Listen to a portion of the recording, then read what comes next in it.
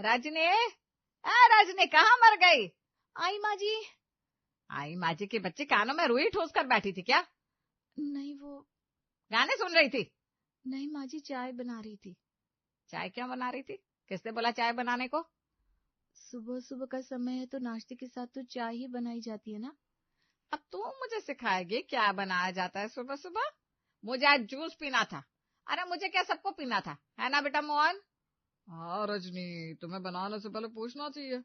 अपने आप को ज्यादा मालकिन समझने लगी हो जो अपनी मर्जी चलाओगी। लेकिन रोज तो चाय ही बनती है, आज तक कभी जूस नहीं बना। क्योंकि भाभी आपने कभी जूस बनाने की जहमत ही नहीं ली।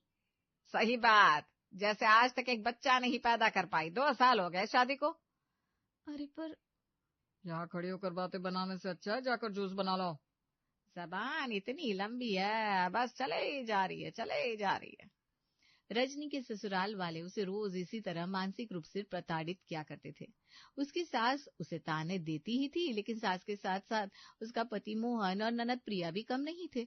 और ये सब इसलिए क्योंकि वो दहेज में कार नहीं लाई थी और शादी के 2 साल बाद अभी तक उसका कोई बच्चा नहीं हुआ था।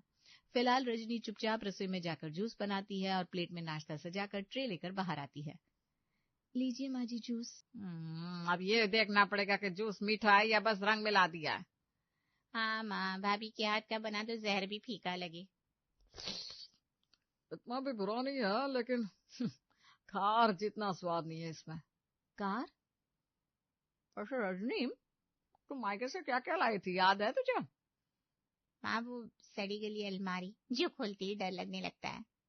और वो मिक्सचर 2 बार में ही जल गया, जैसे हमारी किस्मत जल चुकी है। और बच्चा, वो तो अब तक आया ही नहीं। हमारी तो हंसी उड़ती है समाज में। आप लोग ऐसा क्यों कर रहे हैं मेरे साथ?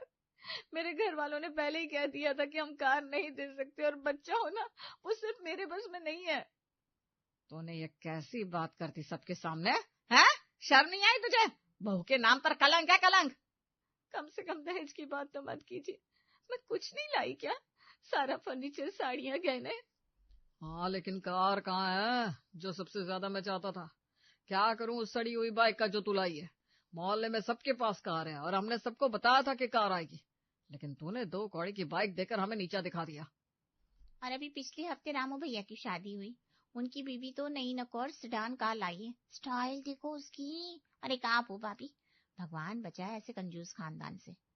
रजनी अपनी बात रखने की कोशिश करती है लेकिन कोई नहीं सुनता। सब उस पर चिल्लाते रहते हैं। वो डर के मारे 2 कदम पीछे हटती है और बेहोश होकर जमीन पर गिर पड़ती है। सब थोड़ी देर चुप हो जाते हैं, फिर सविता नाक चढ़ाकर बोलती है, अब नाटक शुरू। ये तो रोज